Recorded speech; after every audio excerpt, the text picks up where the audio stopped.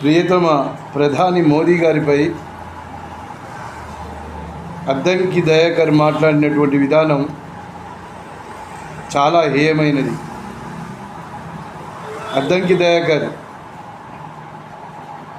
మాట్లాడే ముందు ఆలోచించి మాట్లాడాలి.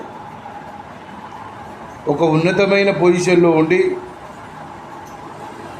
దేశ ప్రధానిపై మాట్లాడే మాటలు నీ విజ్ఞతకే చెల్లు. నువ్వు ప్రధానిని పట్టుకొని మోడీ ఇంకేదో అనడం అది సరైన విధానం కాదు. ప్రశ్నించు, అడుగు, పోరాటం చేయి, తప్పులేదు. కానీ ఇష్టం వచ్చినట్టు మాట్లాడితే నీకు ఇచ్చిన ఎమ్మెల్సీకి కూడా సంస్కారం లేకుండా ఉందని ఈ సందర్భంగా తెలియజేసుకుంటున్నాను. దేశ ప్రధానిని పట్టుకొని నీ భాష ఏంది, నువ్వేంది, నీ వల్గర్ లాంగ్వేజ్ ఏంది, నువ్వు అసలు చదువుకున్నావా, సంస్కారం ఉందా, నువ్వు అసలు దేనికి పనికొస్తావు? నువ్వు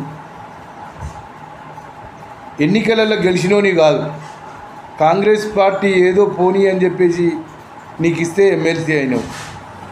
ఎమ్మెల్సీ అయినోనివి ఎంతవరకు ఉండాలనో అంతవరకే ఉండాలి. కానీ నీ ఇష్టం వచ్చినట్టు మాట్లాడడం, ప్రధానమంత్రిని అవహేళనగా చేయడం ఇది సరియైన విధానం కాదని అద్దంకి దయాకర్కు విన్నవించుకుంటున్నాం.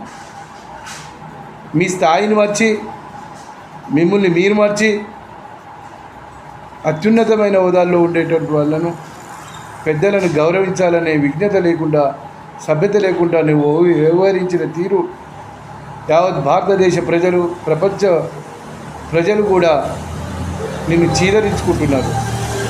ఇక ముందైనా కూడా ఎవరి మీదనైనా మాట్లాడేటప్పుడు సభ్యతగా మాట్లాడు, సంస్కారవంతంగా విమర్శించు.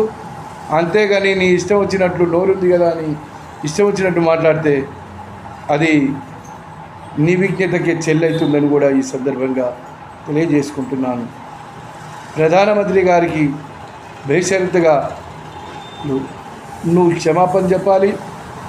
కాంగ్రెస్ పార్టీలో ఉన్నటువంటి పెద్దలు కూడా ఇట్లాంటి మాటలు మాట్లాడినప్పుడు ఖండించాలి.